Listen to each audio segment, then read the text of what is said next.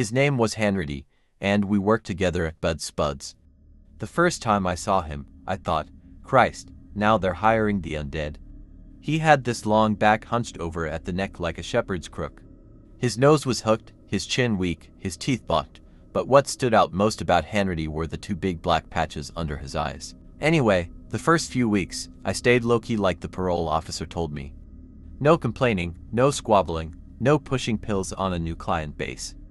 At Bud Spud's, we had one job and one job only: trimming.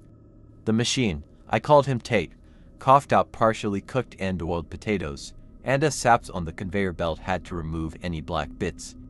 It was like whack-a-mole, and occasionally partially cooked rodents came down the line. Anyway, one night, Hanratty just collapses, folds like a cheap deck chair, and our boss Dixon comes down to the factory floor. "You've been drinking, Hanratty." Hanratty peered at him like he was a hallucination. Dixon was even stranger to look at than Hanratty. He was round like a potato, in fact, a real good one, what the boys called a bobby dazzler. He wore a wig, and on his wig, a hairnet that shifted and moved like flotsam. "No, sir," Hanratty replied. "You've been taking zippers." Dixon probably heard that on the local news. "No, sir. You're on my factory floor like a goddamn ghoul. Insomnia, sir?" Dixon stroked his chin. "Insomnia, huh? You should try jerking off before bed." "Always worked for me. Thanks, sir." The night shift at Bud Spud's finished at 4 a.m., and in the changing rooms, I saw a medical opportunity. "You know the good stuff isn't zippers." "I don't want drugs," Hanratty answered. Whoa, keep your fucking voice down." "I mean a beer." I didn't, but it was too late now. "You got time for a drink?" "Time is what I always have." We walked a few blocks from the factory past other creatures of the night lit by neon billboards screaming. We fit right in, the zombie and the convict. The horrors did not approach us, nor the bums, because we were of the same station. We found some dive place called Last Chance Saloon, and I thought, well, that's just perfect. Bruce played on the juke, glory days, and two old pool hustlers knocked around the balls, their cigarette ends spilling ash around their feet. The bartender was an old black dude the size of a 1950s fridge. "2 beers," I said. "2 beers and 2 whiskey chasers." "No, 2 beers." And I said 2 beers and 2 whiskey chasers. "One thing I've learned is you don't haggle with night walkers." "Sure, buddy." The beer was as flat as my white ass, and the whiskey poured into murky shot glasses. "So what is it, Hanratty?" "Why can't you sleep?" Hanratty shrugged. The fucker moved in slow motion. He probably had the resting heart rate of a tortoise. "Come on now. Men in bars at 4 a.m. don't keep secrets." "Never been able to," he replied. "My mom was a mean lady." There was something backward about Hanratty, and it made sense. Sleep was for recovery. And if you hadn't slept your whole life, the wound kept reopening, festering, destroying the healthy tissues around it. "All our moms were mean ladies," I answered. "Real mean. Religious mean. When I was a little boy, she told me dreams is where the devil hangs out." "Yeah, Hanratty, your mom sure was a mean old lady." We watched the pool hustlers a while, and then the owner piped up. "Drink up, fellas." "What the hell you mean?" So me and Hanratty continued walking the streets, no obvious direction in mind. The sun wasn't up, but it was threatening, and I wondered if Hanratty turned to ash when it did. The land of the living were motioning to wrestle it all back. A jogger came by us. A stack of newspapers was thrown into a newsagent doorway. An old Chinese lady went by carrying a box of loquats. "The early bird catches the worm," I said. I never much liked worms. We walked maybe another block when we came to the store. At first, I thought he was a waxwork. The guy was sitting right there in the window, a fella of uncertain ethnicity, uncertain humanist too. He sat in a rocking chair wearing a dark blue suit emblazoned with stars and crescent moons. Beside him was a nightlight and about the comfiest looking bed I ever saw. He motioned both of us inside. Well, fuck it, I thought. We're on a journey to the end of the night as it is. When I pushed open the door, a bell tinkled lightly, and a dreamcatcher swayed above our heads. The room looked like a rich kid's nursery, a place where your mom wouldn't thrash you for pissing the bed or tell you Satan dwelt in dreams. The rocking chair was empty, yet still rocking, and then the guy stole upon us. "Gentlemen," I jumped and almost head-butted the fucker. "Problem sleeping," he continued. He was a roly-poly sort of guy, shaped a little like Dixon, but pudgier, something like a giant baby. He had an English accent, a hint of hystericalness in his voice like a Broadway performer. "What kind of store is open at this time?" I said. "Well, what do you think?" "A store for people who can't sleep."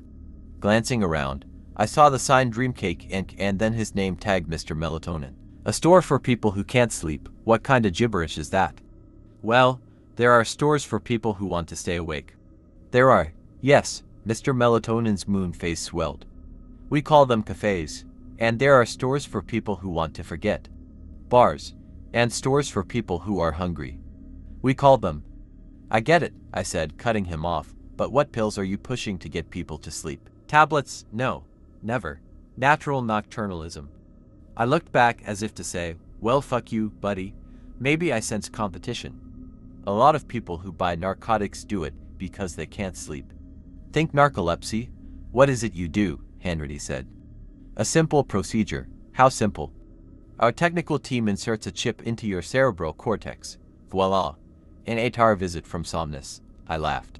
"A goddamn chip into my goddamn cerebral cortex." "Yes," Mr. Melatonin replied. His eyes were wide open. "And how much is it?" Hanratty continued. "It's free, of course. Free. Jesus Christ, Hanratty, you can't be taking this tubby fucker seriously. He's saying he'll cut open your skull and stick a bit of Lego in for free." Hanratty turned to me wearing the expression of someone much older, which I guess he was, at least in hours spent awake. "The fine print," I said. "Tell me the catch." "No catch." "You think you found yourself a zombie and a dummy, don't you? So how is it free?" "Ah," Mr. Melatonin raised a finger. "We include a 15-second advertisement before you enter REM sleep, a kind of trailer before the movie of your dreams." My lanky colleague was strangely beholden to this fat fuck fairytale character. "Hanratty, no." "What ... single quotes," he replied. "Do I have to lose?" Hanratty took some holiday days, and when he returned to Bud's Spuds, I was in for quite a shock. "Hanratty, you handsome motherfucker," I called out. Well, that was a slight exaggeration, but he didn't look half bad. Some of the stoop had left his hunched spine, he wasn't so pale, and the panda eyes had faded. What's more, he'd asked Dixon for a transfer to the day shift, a return to the land of the living. I suggested Hanratty come for a beer at Last Chance Saloon. He said his drinking days were over, but he'd take me to a restaurant after work. Painless, he reiterated, completely painless. Under the 4 a.m. halogen lights of McDonald's, it didn't look so painless. There was a 3-inch gash like a mohawk atop his dome. Painless. He took a handful of fries and shoveled them into his mush. I mean, a little annoying when I'm washing my hair, but it ain't like I'm short of hairnets. Hanratty started on his Big Mac, taking the bun off and stacking it with McNuggets. And I tell you, I sleep like a baby shot full of fentanyl. 8 hours, 10 hours, sometimes 12 just for the fun of it. No side effects. He paused, slurping his XL Coke. No, not one. I'm a new man. I continued working the night shift and made a nice little side hustle pushing amphetamines on my fellow exhausted spud trimmers. And then one night, I sees official-looking guys in Dixon's office. It took everything in me not to flee as the boys in black came down past Tate spitting out spuds. "These men want to talk to you. They're from the FBI," Dixon said. "The FB fucking I was this it. Was I going down on felony charges?" I reached deep into myself for untapped wells of bullshit. "What can I help you gentlemen with?" "You are friends with a Mr. Edward Hanratty." Hanratty, this was about Hanratty. "I am," I said. "We need you to come with us." I glanced at Dixon. That motherfucker would stiff me for the pay. "I'm afraid I can't, sirs. As you can see, I'm doing important work." The potatoes continued flying by. The FBI guys looked cross. Dixon was momentarily panicked. He probably hadn't paid his taxes since Bush won. No take as long as you need. "Here at Bud's Spuds, we value our employees." I told the feds everything I knew, and it turned out I was their star witness. Some shady shit had gone down with Hanratty. Who'da thunk it? A backstreet 4 a.m. sleep parlor offering brain surgery. Before the trial, I was allowed to go see him in the neuro ward. When I arrived, his mom, Mrs. Hanratty, was there along with the doctor. Hanratty was the double of the old lady, the build of a hat stand, the skull of a bird of prey, yet she looked meaner with it. "He's dead," she said, fingering a crucifix that hung outside a frowsy blouse. "Your son is in a coma," the doc answered. "That's just like Edward to get himself into a coma." "What happened?" I said. The doctor looked down at his notes. "Well, this procedure at Dreamcake Inc., this chip, has catastrophically malfunctioned." I looked down at Hanratty, long and rail thin on the bed. His hooded eyes twitched. "But he ain't brain dead. I mean, he's not a potato, is he?" "Just like my Edward to turn himself into a vegetable," Mrs. Hanratty intoned. "I'm trying to think how to explain this. We've had to invent a new term, a permanent purgatorial state." "Well, that might as well have been in the Mandarin the surgeon who'd performed his operation spoke. The chip they implanted was programmed to play a 15-second advertisement straight into his mind's eye. It shows a family sitting down to enjoy a meal at McDonald's. And, well, like I say, it malfunctioned. It plays on repeat the same 15 seconds. He's trapped on the edge of sleep, watching it over and over and over. Jesus F. Christ. Well, can't you wake him up? We've tried everything."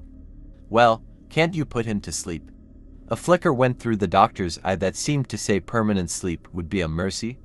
"But state authorities would hold the Reaper off. He is stuck," the doc continued. I leaned in. His lips were mouthing something. Something faint but repeating.